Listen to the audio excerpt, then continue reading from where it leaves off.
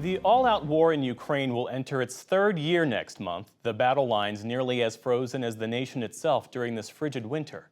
But 2 years ago, there was concern that Kyiv wouldn't even last a week. Nick Schifrin brings us a book that explores how Kyiv survived, written by a foreign correspondent covering the war in the country of his birth.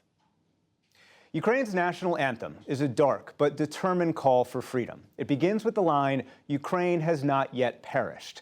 But it continues, "Fate shall smile on Ukraine, and our enemies will vanish." Our enemies will vanish. That is the title of a new book out today about the war by Yaroslav Trofimov, the Wall Street Journal's chief foreign affairs correspondent, who's reporting from Ukraine before and since Russia's full-scale invasion has been indispensable, helping define our understanding of the war. And Yaro joins me here in the studio. It's such a pleasure.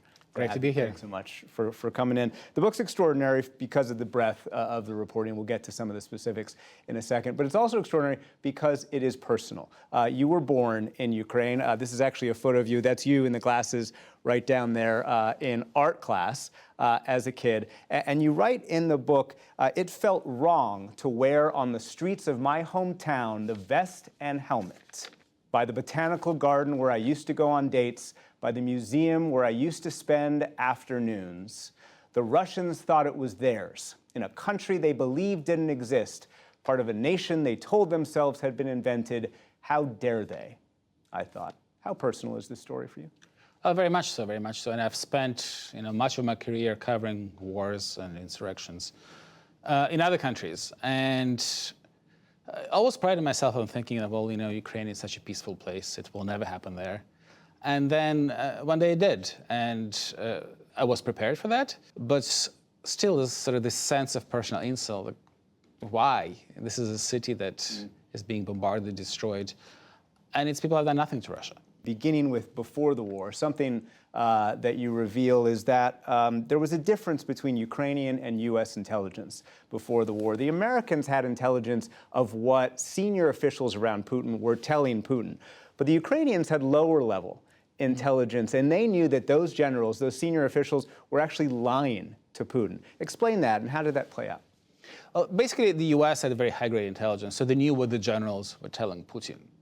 And the generals were telling Putin that the Russian army, with all the investment, with all the money that was poured into it in the previous decades, has a capacity to rout Ukraine very quickly. And also they were telling him the Ukrainians will not be resisting very much. What the Ukrainians knew from contacts in the lower levels of the Russian military was that a lot of that money had been stolen, that the Russian forces were not nearly as strong as advertised, and also a lot of the Russian spy network in Ukraine that was meant to facilitate this rapid takeover was actually not going to work for the Russians. You were there before the full-scale invasion, the day of, and of course for months after, and you write extensively about how close some of the Russians came to Kyiv, to downtown Kyiv at one point. You point out the Russians had a 12-to-1 troop advantage right outside of Kyiv. How close did the Russians come to their initial goals in the capital? Well, they came pretty close. The main Russian plan was to take over the Hostomel airfield. And there was a pretty small Ukrainian National Guard detachment made up of conscripts that managed to prevent the Russians from landing planes with reinforcement there. That was a really pivotal moment in the very first morning of the war. And then the Russians were there. They were there for almost a month. They had crossed the river of Irpin to the east, to the west of Kiev, and established a foothold. And it was a tremendous effort by everyone, the police, firefighters, volunteers, everyone who could hold a gun to repel them at a very high cost. One of the success stories that Ukrainians had by October 2022 is outside of Kharkiv and specifically in Liman. What did you see when you were one of the first reporters into some of these areas liberated by the Ukrainian soldiers? Me and Manu Bravo, the Spanish photographer who was with me throughout this war, drove very early in the morning into Liman. And we're really among the first to enter. There were a few Ukrainian special forces just, clearing the center of the city. They were burning Russian vehicles and sort of driving on the road. And we saw blown up Russian armored vehicles, one and another. I kind of stopped thinking, is it safe or not to go there? And then we saw a man crawling from behind one of his vehicles without a leg, bleeding. He clearly was either part of the Russian forces or one of the looters trying to steal items from there. You write about and reported extensively from Bakhmut as well. And even a year ago, you spoke to soldiers who were criticizing the Ukrainian focus on Bakhmut in eastern Ukraine as taking away some of the focus from more strategic goals in the south. Why do you think President Zelensky had a sense that he could ignore some of the military advice he was getting? I think for President Zelensky, it was a political decision, and Bakhmut was turned to a symbol of Ukrainian resistance.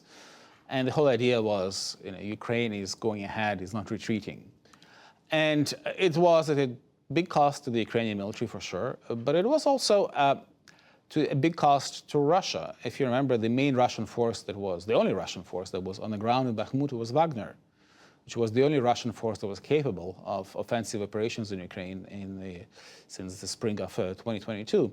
And Wagner was destroyed in Bakhmut. The book's subhead is The Russian Invasion and Ukraine's War for Independence. And you write, looking back on the one-year anniversary of the full-scale invasion, it was clear Ukraine had won the war for its independence. Ukraine wasn't going to disappear from the map once again. That is, of course, still true today, 2 years almost after the full-scale invasion. But I wonder if you think that it's good enough, or whether Ukraine and Ukrainians who you talk to think that that is good enough. Well, it's never good enough, obviously. And Ukrainians do want to regain the other 18% of the country that are under Russian rule. There are many Ukrainians living there in terrible conditions under occupation. But the country has survived, and it is continuing to survive at a tremendous cost because, though the front line hasn't moved much in the last year, there are battles every day and people are dying every day. And so the war continues. So the war goes on. Yaroslav Trofimov, the book is Our Enemies Will Vanish. Thank you very much. Thank you.